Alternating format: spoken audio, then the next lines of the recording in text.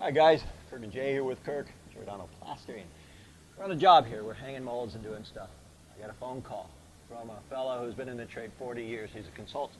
He says, hey Kirk, I just got a call from a plastering friend of mine, and he says that the general contractor is requesting him to install butterfly mesh into all the corners into the brown coat.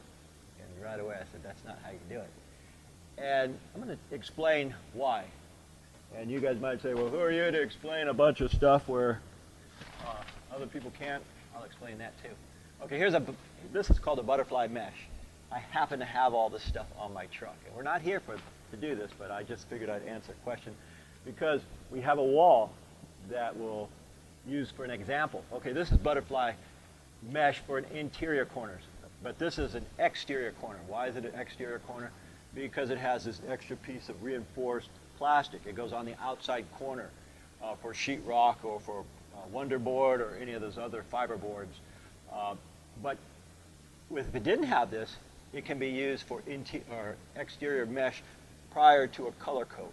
Now the question was, this was browned out. This is a second coat. It's browned out. It's a gray color. It's called browning, but the wall's not brown. It's the second coat. This was done about 3 months ago because we had issues getting styrofoam. Anyway, we're here. Now if the question was again, should this be embedded in the brown coat? No. And here's the reason why. All right, the brown coat, this is the brown coat. We have Selford wire. The Selford wire is a 17 gauge. You can use an 18 gauge too. That lifts it away from the wall. The scratch coat gets embedded underneath this wire. And then the brown coat gets embedded to the scratch coat by mechanical keys. You scratch it and then you put your next coat on. That has structural strength, a lot of structural strength. This fiber mesh it has some purposes for strength, but it's only for, say, a color coat. Here's where it gets complicated, guys. Okay, this right here, today we're hanging molds and we're going to do a color coat, maintenance-free acrylic finish. Say, for example, the fellow who called me says, I asked him all these questions. I said, is he going to use a cementitious color coat finish? And he says, yes, he is. So, first of all, this cannot be embedded into a brown coat. Like, say, we're doing the brown coat. We try to embed this. It serves no purpose because the actual wire has a structural strength. This doesn't. Say for this crack here, for example now, you could use any mesh tape, and I've got all kinds of mesh tapes, the fat ones for Wonderboard. They come in white, they come in yellow, they come in a lot of different colors. All this stuff is a fiber mesh tape, so fiberglass tape. Here's what I would do in a situation with what I was telling those guys to do. Now granted too, I just opened this. It's been in my truck. If air gets on this, it loosens the adhesive here. So let's see what we got here. Okay, we got a little bit of a bite.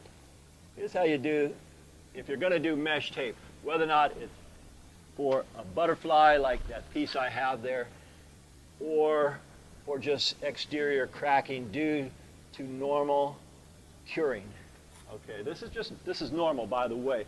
You might look at it and say, wow, that's a lot. This set 3 months, and this window opens and closes, and as it opens and closes, the vibration, when you slam it, goes. And also we have a front door right on this side here, solid oak. It's about a 400-pound door. When that door slams, it creates vibration, and so the vibration is what causes cracking on every house. Say rain lifts it, drops it, settling, cars going by, wind. It all causes movement. Movement will often crack stucco, especially a new house. You put 10 tons of new stucco on it, that will create settling, and the settling also will cause this cracking, which is normal. We want it. We want this cracking now. Now, a second ago, I said, this fellow, the 40-year specialist, I said, how much time does this guy got in? Like 2 or 3 years? The plastering contractor said, no, Kirk, this guy's like you. He's got a lot of time in. I thought, okay, why won't he do it his way? He says, well, he's worried about voiding any warranties. That's a very real thing. You worry about voiding warranties. So I told him if it were me, I'd just tell the guy, hey, look, I'm going to do it the way I do it because I'm the contractor. I'm responsible. And by the way, guys, you see Jay and I, we have like 700 videos. Some people might say, well, who are you to be the major authority on stucco? I'm not. But I've been sued 3 times in 30 years. One of them was legit. It was a failure of a so-called material I used. The other 2 were bogus. How bogus? Put it this way. I did a job, and all I was on the job working for another fellow. I took pictures of it. 9 months, 11, or 9 years, 11 months later, I got papers in the mail saying they were suing me because I provided all the pictures for the other fellow. Make a long story short, they sued me for $70,000. Why is this important? I wasn't a contractor on that job. It wasn't in my name. They didn't even have a contractor, but they had my pictures. This is how rampant lawsuits can be. I called my insurance. I said, it's ludicrous. Throw it away. I don't ever want to see it again. He says, well, if we don't pay off, you're going to have to hire an attorney and fight this on your own. I said, I'll do that. They said, you're probably looking at $10,000, $15,000. You're kidding me, right? That makes no sense. That's how ludicrous lawsuits are. My insurance paid out $70,000. All I did was take a bunch of pictures, and it wasn't even in my name. Sounds crazy? It was crazy because I was getting a lot of papers saying they're suing the delivery men. They were suing 2 different delivery companies. They were suing everybody, and I thought, what a crock of crap. But these things are real, guys. So, when we do things, we're responsible. That's why I tell people in advance, hey, look, if it's me, I'm doing it this way or that way. Okay, we have here. What I've got my mesh tape. I had to get rid of that. I guess it's been bugging me. Anyway, we're using a polybond, or the La Habro's polybond. Why am I using a polybond? Because I'm doing molds, and I'm hanging the polybond, so you can do the polybond on here. Why? This is cementitious. So if I were to hit this with Weldcrete, a bonding agent, and just put Weldcrete and I paint this on, now this would have no more suction. And if I did a cementitious finish over that, everywhere where we have no suction, like these little areas, would show, especially when it rained. You'd see all these pieces. Why? I've done it like 10 years ago. Anyway, so if we're doing a cementitious finish and we want to match, we don't want any ghosting effects, we better put also a cementitious finish. And could I use the color coat? Say, for example, I'm getting ready to do a color coat. If it's a cementitious color coat, I could use that because it won't show any ghosting. Anybody who's not a contractor or a stucco guy for many years will say, what the heck does that mean?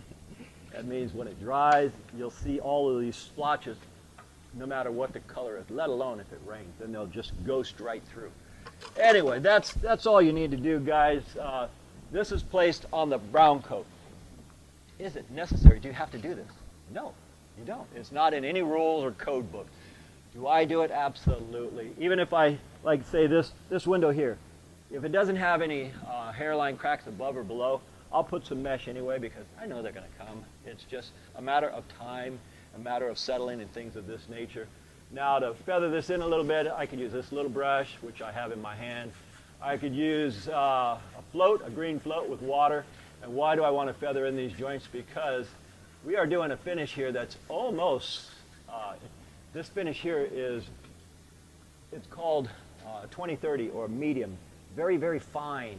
So if I have gaps, big gaps, when I put my acrylic coat over it, it'll show little gaps because this is not made to bridge anything. So anyway, I thought I had a buddy of mine. I said, I'll tell you what, I'll answer that question today best I could because we're trying to finish a job here. So I figured I'd answer it right now. My name is Kirk. Jason on the camera. As usual, guys, we thank you for watching.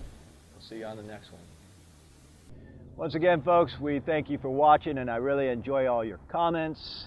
If you guys like this video, please click the like button down below, and also if you enjoy what we do, subscribe to our channel so we can keep making these videos for you.